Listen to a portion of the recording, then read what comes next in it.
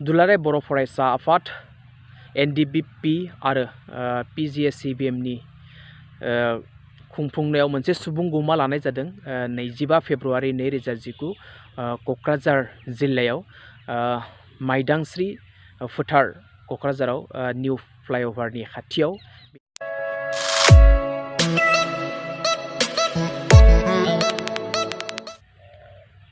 आंनि बड'लेण्ड टाइगारखौ सोरबाफोर जुदि साबस्क्राइब खालामाखैबा साबस्क्राइब खालाम।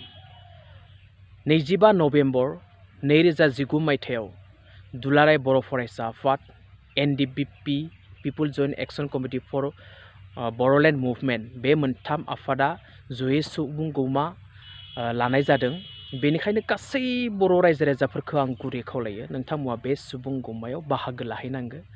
थांखिया जाहैबाय आलादा बड'लेण्ड रायजो दाबिनाय आरो थांखि जानाय बड'लेण्डनि बायजोआव थानाय बर'फोरनि राजखान्थियारि मोन्थाय बे मोननैखौ लानानै बेहाय सुबुं गौमा खुंनाय जागोन। बेनिखायनो जोङो हेफाजाब होनांगौ।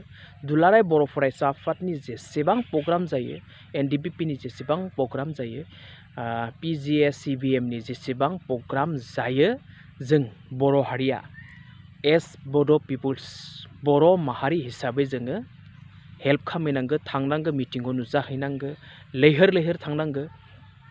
जोंनि बर'फोरनि थांखिया मोनसेल', बेनो जाबाय आलादा बड'लेण्ड रायजो।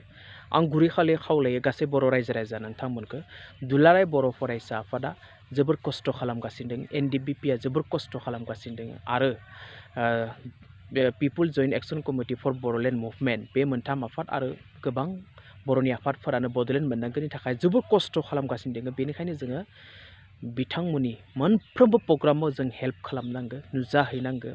जेरैखि जाया मानो जोंनि सिमाङाल'सो जाफुंनांगौ। जा 50 बोसोरनि बारबाय बड'लेण्ड बिनाया, बे 50 बोसोरनि जा प्रब्लेम, बे प्रब्लेमा जाहाथे थाबैनो सल्भ जायो। बेनिखायनो जोङो मोनफ्रोमबो प्रग्रामाव नुजाहैनांगौ।